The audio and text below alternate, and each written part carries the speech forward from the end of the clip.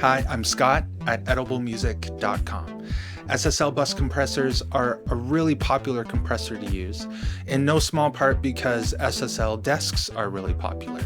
And with these bus compressors, how it would work is all the tracks on the desk or all the tracks in your workstation would come through this bus compressor. So a lot of folks will use it on their drum groups or on their master bus. And I'll show you how to use it in those circumstances here using this song.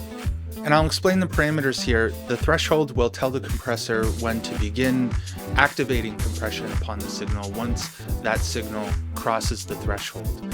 The makeup gain you'll set at the end, which will be to level out the signal again after the compression has been applied. And the attack and release settings are each notched. If you've been using compressors already, you might have been using one where you can just slide the knob or the parameter back and forth freely. Here it's stepped, so you have a 0.1 millisecond attack time, 0.3, 1, 3, 10, and 30. And it's also stepped with the release as well. And I find that to be very useful because then you can audition specific settings to hear which one sounds best. I'll show you what I mean on these drums. So I've set up a bus compressor on the drums here, and as I adjust the attack time, I'll set the release to very quick. As I adjust the attack time, listen to how the compressor affects the very beginning of sound. You can see it's mostly responding to the kick drum right now with the needle. If I lower the threshold, so listen to just the beginning of the kick drum here.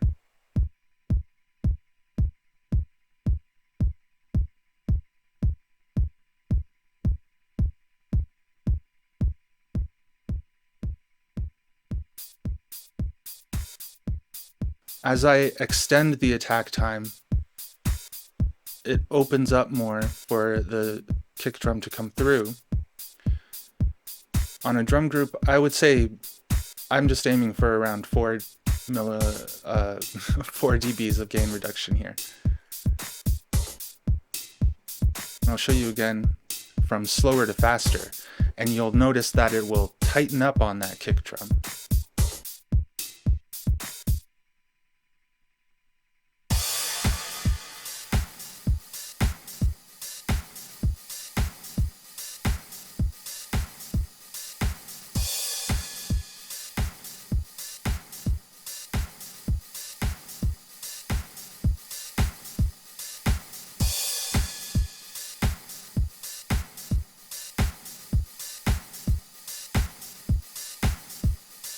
Those differences are quite noticeable, right? And I'll show you the same thing on the release.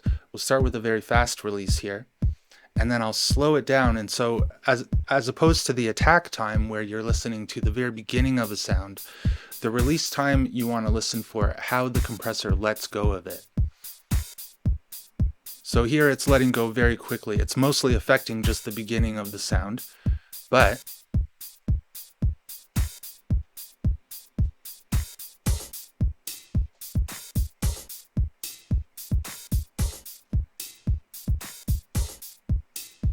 because the compressor is responding mostly to the kick, it's compressing the kick down, and as I extend the release time, it allows space for the hi-hats and the cymbals to come through instead.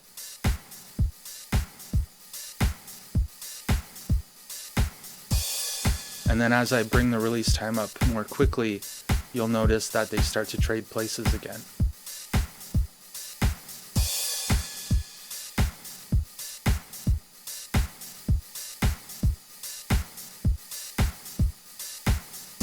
I think this setting is pretty good, so I'll adjust the makeup gain. We'll see what the difference is.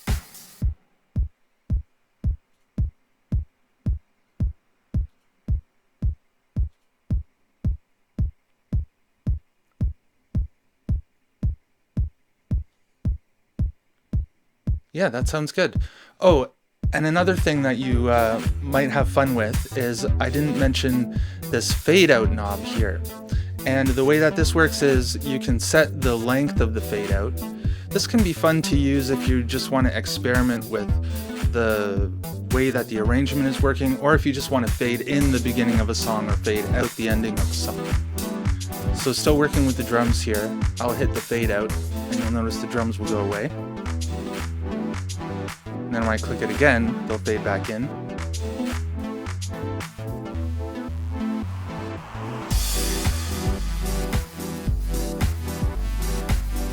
It's pretty cool, right? So that's sounding good on our drum bus. I'll show you also how to use it on the master bus or on your master channel.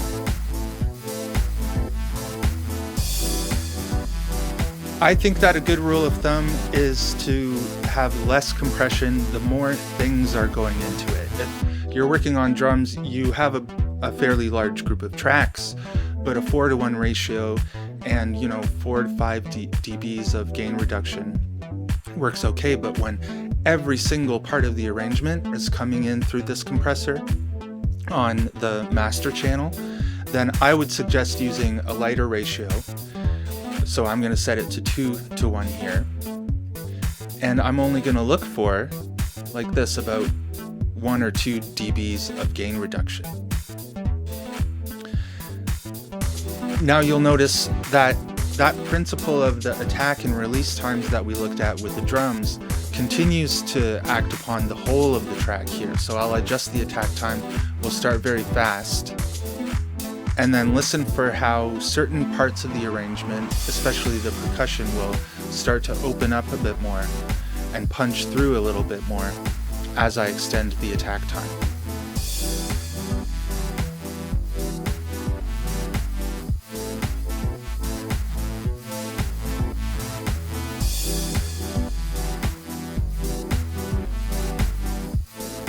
Now I'll switch very quickly between here at the longest and the fastest.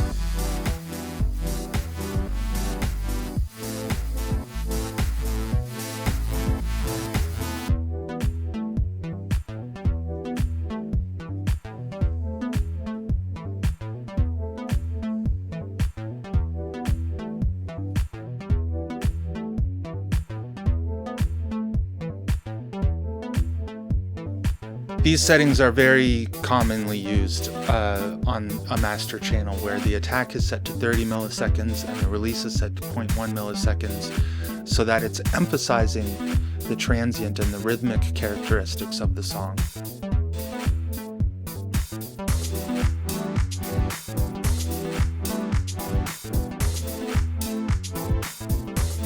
If you feel as though your song is already or perhaps a little bit too dynamic, then you might extend the release time.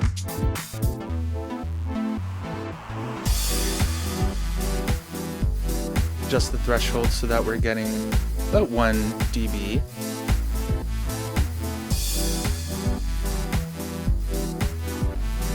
Now you notice that the longer the release time is, it sort of smooths out the song. Again, I think that it's useful to have the stepped controls there, especially if you're learning how to listen to compression and how to notice the impact that it has on the sound. Being able to flip through some specific settings like that, I think helps your ear to notice and distinguish the difference between, for example, a 0.1 millisecond attack versus a 30 millisecond attack. There can be a lot of difference in how that impacts the sound. So if you're going to use an SSL bus compressor, I'm using the Waves one right now. You can use whichever one you like. There are many emulations out there.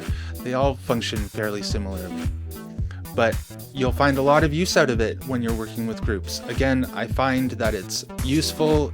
The more things that are going through a compressor, the gentler the compression should be. So a lighter ratio on the master channel, less compression, even just 1 dB or 2 dBs of gain reduction. Whereas on the drums, you want it to help the drums to propel the track because they're providing the rhythmic components of it. So using a compressor can help to emphasize those rhythmic components. Try it out in either situation. It's also great on parallel compression, of course. You could try it out there too. Have fun.